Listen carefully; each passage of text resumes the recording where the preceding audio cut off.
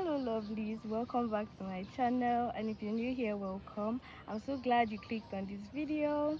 If you did, I know that you're someone who values growth, wants to improve their life, and is passionate about finding balance, which is literally what this channel is all about. So for those of you who don't know, I'm a 200 level medical student, and I started this channel about 4 to 5 months ago because I made a decision to actively create balance in my own life and to share what I've learned and what's been working for me so you can do the same. So what prompted this video is that lately, whenever I talk about my day, especially with my routines in medical school, I always get this question: how do you do it? Someone even told me that he feels like I have more hours in a day than he does, and that's when it hit me. Why not make a video sharing the exact tips that help me manage my time in medical school?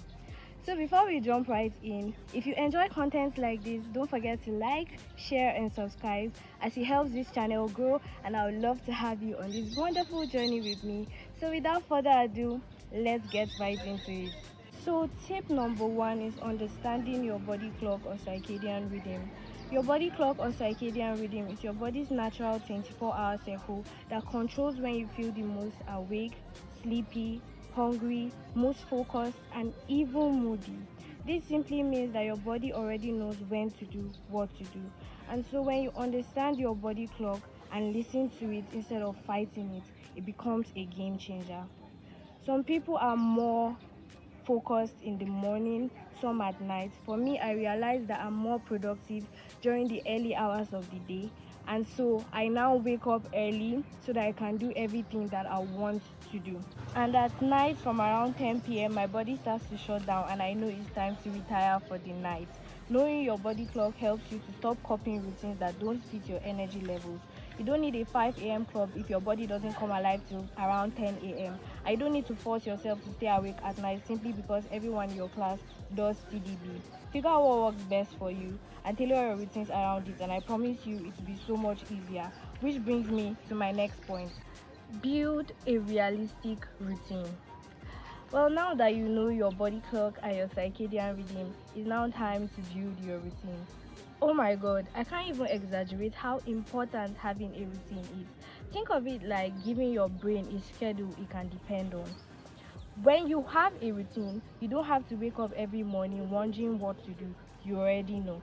For me, it was a game changer. I didn't need to overplan, I just needed structure. A basic flow of wake up, pray, stretch, go to class made me feel less overwhelmed and more grounded. And no, routines aren't boring, they help create space for freedom. Because when your mind stops stressing about when you study or if you work out, you free up mental energy to actually focus on doing it. Now, I didn't just say routines, I said realistic routines. Let's be real, your routines have to match your actual life. It's so easy to copy someone else's 5 a.m. aesthetic morning routines, but if you have 8 a.m. classes, hospital rotations, or zero energy in the morning, that won't work for you. I had to learn the hard way that trying to do too much only made me feel worse when I couldn't keep up. So instead of building the perfect day, I started building a realistic one.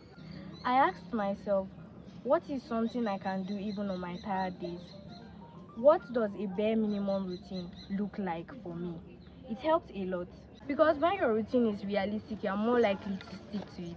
And that's where real consistency comes from, not from perfection but from repetition. So build a routine, but make sure it's realistic. The third tip is time blocking. So now that you have your routine, the next thing is to give everything a place, and that's where time blocking comes in. Time blocking is assigning specific blocks of time to specific tasks. So instead of saying I'm going to read today, you say I'm going to read from 4 to 5 p.m. It sounds simple, but it works because let's be honest, when your to-do list is just floating in your head, everything feels urgent, everything feels like now. But when you block out specific times of the day for specific tasks, your brain stops racing. I've noticed that on days when I time block, I'm easily twice as productive, sometimes even more than days when I just wing it. It gives my day structure, helps me to focus, especially on days when I have a lot on my plate. It also helps reduce guilt. If I've already blocked out 7 p.m. for rest, it helps me enjoy resting without feeling like I should be doing something else. The point is, know what you are doing and when, and watch your day feel less chaotic and more intentional. And now my fourth tip, pair habits smartly. This has to be one of the best tips that has helped me manage my time in medical school. Med school can be demanding, and sometimes you want to do so much, but there just isn't enough time. And that's where habit pairing comes in. I have this rule: pair an action you are doing with an action you are receiving. So instead of just doing one thing at a time, I combine tasks that don't clash mentally. For example, I love to listen to podcasts and affirmations every morning. So I listen to podcasts while doing my chores or while making and having breakfast. And my affirmations, I listen to them in the shower or while getting dressed. Sometimes I crochet while playing YouTube academic lectures. This way, I'm doing something I love while I get schoolwork in. You're not only multitasking but being intentional about your time. It's like killing two birds with one stone but peacefully. It not only helps you maximize your time but make the most out of your day. Remember, it's about doing things smarter. Consistency and discipline over motivation. Let's be real, sometimes you don't feel motivated enough to keep up with your routines or goals. And honestly, that's okay. But on days like that, you have to choose to be disciplined over your lack of motivation. Because the truth is, sometimes you don't just feel like it. Motivation comes and goes, but discipline is what helps you to show up anyway. There are good days and there are bad days. But like I said in my last vlog, cry when you need to, take a break if you must, but only for that night, and then the next day you keep moving.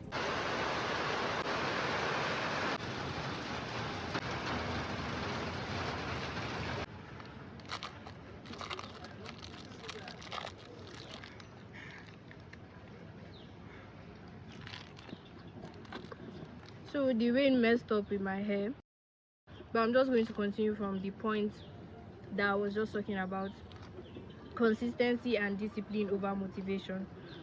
So James Clear said in his book, you don't rise to the level of your goals but fall to the level of your systems. And that stuck with me because no matter how big your dreams are, it is those habits, those consistent changes that actually carry you there. So don't wait for the perfect energy. Build systems that will support you on days when you have none, and that will take you further than motivation ever will. And lastly, God first, always. I'm a Christian, I don't know about you. But because I believe in God, I pray every day that He gives me the grace to always show up, balance my life, and manage my time. To not live a life without purpose and perspective. So if you believe to, do same, and I believe that He will come true for you. And that's it. These are some of my biggest tips that have helped me manage my time in medical school. So if any of these tips have helped you or you have your own tips, let me hear them in the comment section. Let's help each other grow. So don't forget to like, share, and of course subscribe, and I'll see you in my next video. Bye lovelies.